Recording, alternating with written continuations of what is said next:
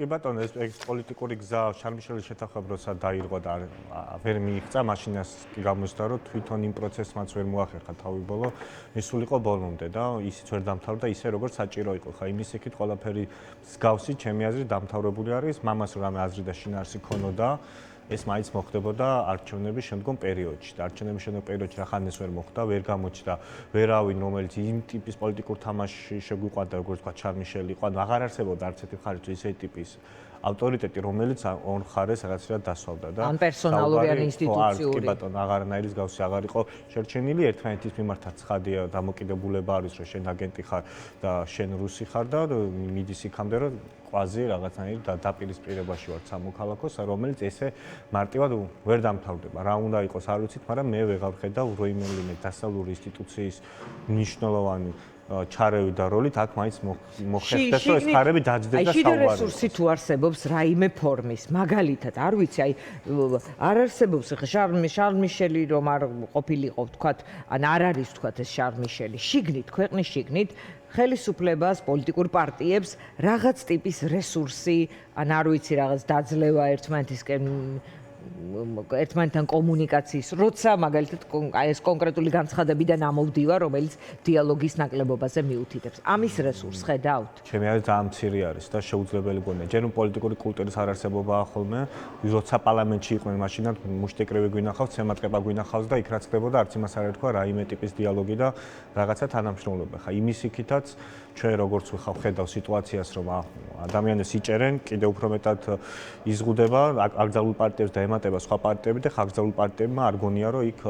მოახერხონ რაღაცაზე შეთანხმებაზე მისვლა. შეთანხმება ხდება ან როცა ძალიან მაღალი პოლიტიკური კულტურა და ხალხი უბრალოდ მიდრეკილი არის შეთანხმებისკენ და ამის ტრადიცია არსებობს და ამის ტრადიცია ჩვენ არ გვაქვს, ან მეორე და მომშეველიც ამას ახალისებს შეთანხმებას, სტაჟს უკრავს და არ უკრავს სტაჟს რაღაც ბოლომდეს ან ცოტაც თუ როგორ არის. კი ბატონო, და მეორეა ხოლმე modus vivendi როგორც არის, რაცა შეთანხმება ხდება იმ იძულებით, რომ ვერც ერთი მხარე მეორეს ვერ ერევა, იმდენად თანასწორი არის რაღაცა ძალთა ბალანსი და მათ ურჩევნიათ ერთხელ შეთანხმება დაიდოს და ეგეთი ტიპის ძალთა ბალანსი არ არსებობს, იმიტომ რომ ყველანაირი ძალაუფლება ხლა ქართლოსნების ხელში არის და ის არ მგონია რამეზე წამოსვლას გავდეს. და მეორეა ხოლმე რაღაცნაირად იმდენად დასუსტებული იყოს ერთი მხარე და მზად იყოს, რომ მოდი ახლა ეს სტატუს კო როგორც არის, ეს რაღაცა დავარქოთ ამათ თავის სახელი და დავინახოთ რა სათამაშო ველი არის და როგორ გრძელდება და არც ერთი ტიპის სათამაშო ველი, აი როგორ გრძელდება ამის ნიშნებს რა იძლევა. მაგალითად კობახიძის გუშინდელი განცხადება, რომ დავამატებთ ასაკრძალ პარტიათა სიას კიდევ სხვა პარტიებს. ანუ მოცემულობა რა დასკვნის გაკეთების შესაძლებლობას იძლევა. რომ თავარი ამბავი ისეთი რამე არა, სად მიდის პოლიტიკური თამაში, არჩევნებისკენ მიდის თუ რაღაცა ქუჩაში. რასაც ეხლა ხედავ პოლიტიკური პარტიების უკვე უდიდესი ნაწილი შეთანხმდა, რომ მათ შორის ის დოკუმენტის რაც არის ასმა დადო, რომ არჩევნების არჩევნებისკენ მიმავალ დოკუმენტია რა. არჩევნები იქნება, კი, წერია კიდევაც ეგ რომ არჩევნები და სხვა რამე არა. და კონდე ეს არჩევნები რომ იქნება, ისეთ იქნება როგორც ჩვენ გვინდა და აქეთკენ მიდის რა პროცესი და იქით კობახიძე ასხევს რომ არა, პროცესი პირიქით წამოვა, არათუ ისეთი არჩევნები იქნება, როგორც თქვენ წარმოგიდგენია, რომ იმაზე უფრო უარესი, რაც თქვენ გსურდა, იმაზე უფრო უარესი არის, უბრალოდ თქვენ არც კი ჩავთვლით მოსანაწილეობა, ან მონაწილეობასაც კი არ იგაღებთ. თქვენ თუ არჩევნებს დავნიშნოთ, ჩავნიშნოთ ისეთი ტიპის არჩევნებს, რომელიც იქნება თვისებრივად 2024 წელს მიმართებაში, თქვენთვის კიდევ უფრო მეტად უარესი, რომ მაშინ შეგეძლო მონაწილეობა და ეხლა მონაწილეობა არ შეგეძლება. აქ დაგავდნერ კიდევ უფრო მეტად კობახიძის განცხადებების სიხისტეს და ამ დოკუმენტ შორის აცდენაა? კი ბატონო, კობახიძის განცხადება არის, რომ მოდით და მოკლედ ამაყირავებთ, ხო? და ხო ვერ მაყირავებთ, ხო და თუ არა და აქეთ აი დაგაყენეთ სულ მაგ პოზაში, რომ ნებისმიერ რამე რაც არ უნდა ისაუბროთ არჩევნებზე, გამოჩნდეს სასაცილოდ. არათუ ისეთი ტიპის არჩევნებს დაემსგავსება, თქვენ ვიგეთ არამედ პირიქით უარესი და უარესი იქნება და მაგეთ ხარეს რო არის აღებული პასუხისგებლობა, რომ არაფერი ჩვენ არ დავთმოთ წარწავა სტატუს კოს შევცვლით, მიდი აბა შეცვალე როგორი არის. და თანამშრომლობა შეიძლება ლემონჯავა ამ ხრივ რაღაც ყველაზე უფრო მკაფიო, რომ საერთოდ არჩევნებს მხოლოდ იმ მოცემულობაში ვხედავო, ოცნება რომ ჩამოშლილი იქნება, ივანიშვილი აღარ იქნება და ამ მოცემულობაში ვხედავ საერთოდ არჩევნებს. გიგასგან მომისმენია თქვენთან იყო თორსები გვარემა, რომელმაც თქვა, რომ ის არ წარმოუდგენია რომ ბიძინა ივანიშვილი არ იქნება და მისი დგას და არჩევნებს ატარებს ნიკა გვარამია. მისი პოზიცია ბევრად უფრო ისეთი მგონია ლოგიკური რომ ხო კი ხა ბიძინა ესე გაიქცეს ის რევოლუცია მაშინ ეგ უნდა ქნა და ეგ არ იქნება ოღონდ დასახული არის რომ თქვა და აპარატები იყო რითი შეცდომაში შევედი და ასე შემდეგ მე მაგის ამჯერა მაგრამ ყოველ შემთხვევაში რაც არ უნდა იყოს ახლა რა იკვეთება დავსახოთ ეს 20-20 არ გჯერა რომ აპარატებში იყო რაღაც პრობლემა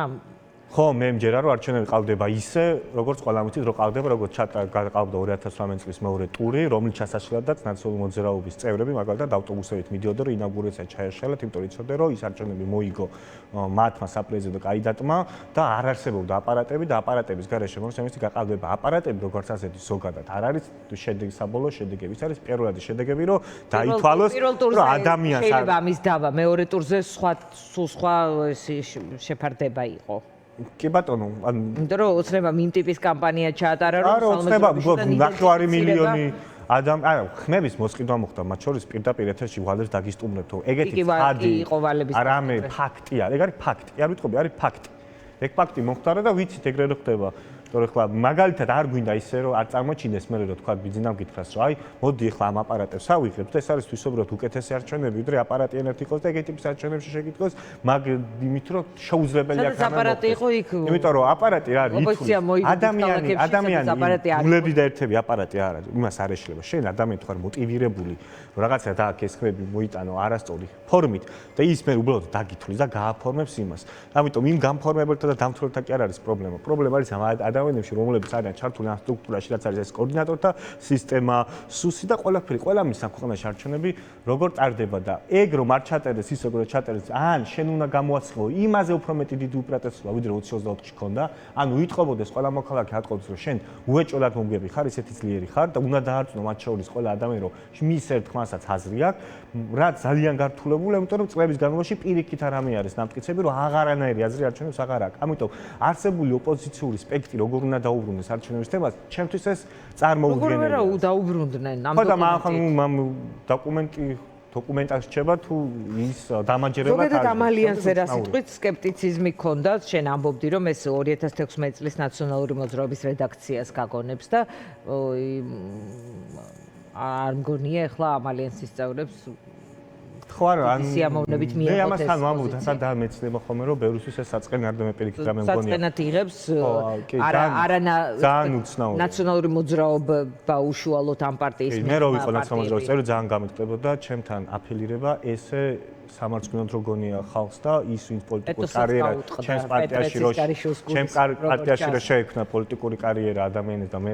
ისეთივე ჩემთან შეკვრის კომპლექსი ქონდა და შალვა ნათელაშვილი რო ხუმრობდა ვანო ჯავახიშვილის შოუში რომ მისასთან შეკვრის კომპლექსი მქონდა მე მგონია რომ ამ წლების განმავლობაში ეს კომპლექსი რაღაცა გადაილახა იმ ხალხში რომელიც იმ პოლიტიკურ ელიტის ნაწილი იყო მე რო პოლიტიკაში მოვედი 2016 წელი ბუკლეტების დამრიგებლად მოვედი და რაღაცნაირად მე რა პარტიაში მივედი ის 4 დეპუტატი და წამოსულიყო ნაციონალური მოძრაობიდან და ეს პარტიების ახალი ცხოვრება მაშინ იყო დაწყებული მე წამოვიდა ვაშაძე მე და სხვა და სხვა მაშინათვე კი ჩვენ ბიძინაზე გაყიდული სიალიკი მოგვეკერა იმ ხალხის გამო ეხლა არიან მაგ კოალიციაში რომელზეც იგივე ნარატივი გაიმეორა მიხეილ სააკაშვილმა რამოდენიმე კვირის წინ თუ 1-2 თვის წინ და ამ ყველაფერს უყურეთ უბრალოდ ეხლა მე მგონია რომ ეგ რაღაცა გადაილახა და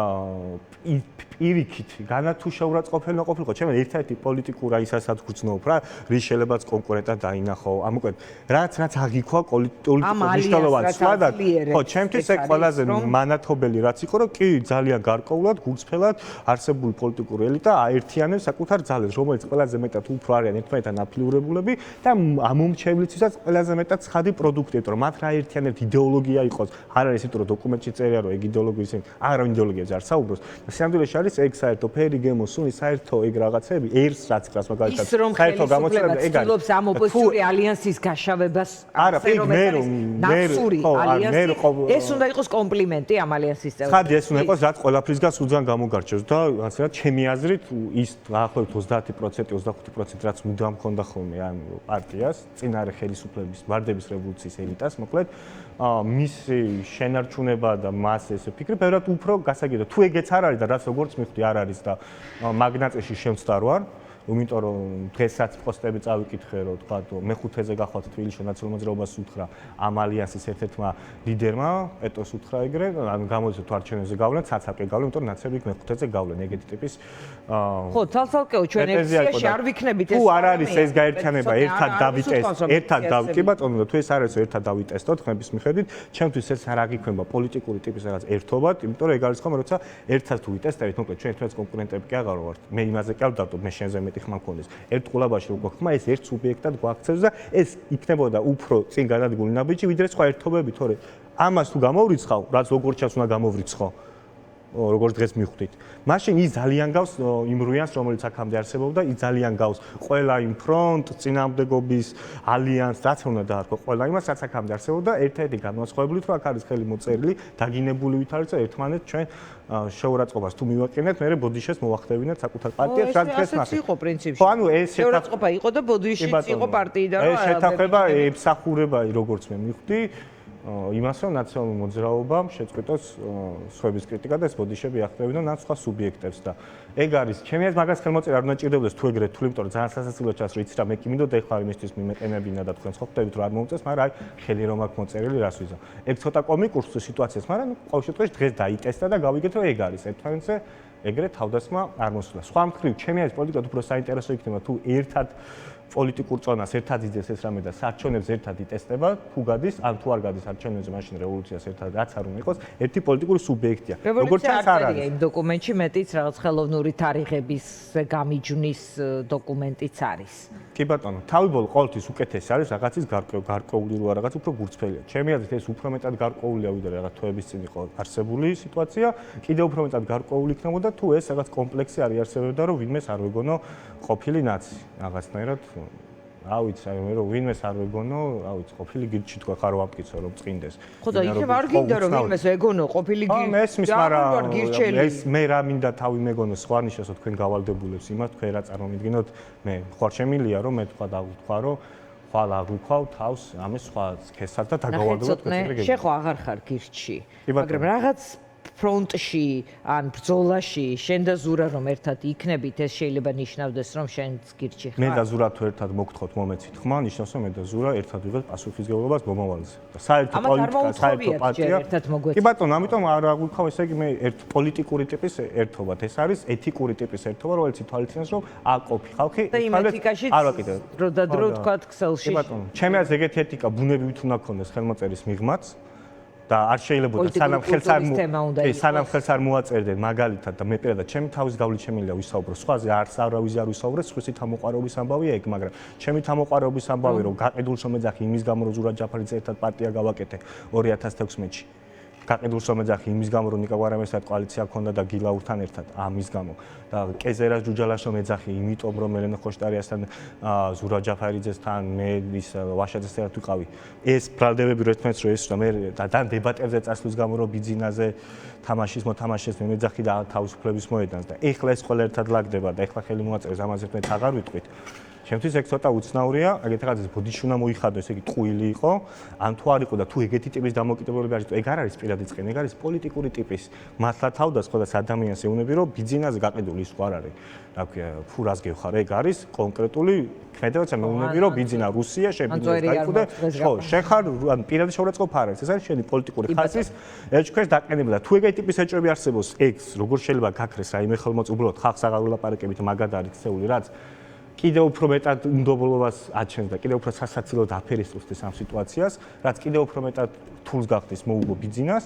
და თუ ეგ იყო ტყუილი და შესრულდა ტყუილად ეგეთი ბრალდებებს ისროდა ეს ხალხი, ხო რავი, ერთად თანაშრომლობა მე რო ვიყო არ ვითანაშრომლებ, მაგრამ ვისაც როგორ უნდა ისე უნდა მოიქცეს, კარგი იქნება თუ ყველაფერი იქნება ისეთივე გასაგები, როგორც აი დღეს ცოტა უფრო მეტად გასაგები გახდა, რას რატო ემსახურება. ცოტნე ძალიან დიდი მადლობა. ცოტნე კობერიძე იყო ჩვენი სტუმარი. მე ხვალამდე გემშვიდობებით, ხვალ 6-ზე შევხვდებით პირდაპირ ეთერში.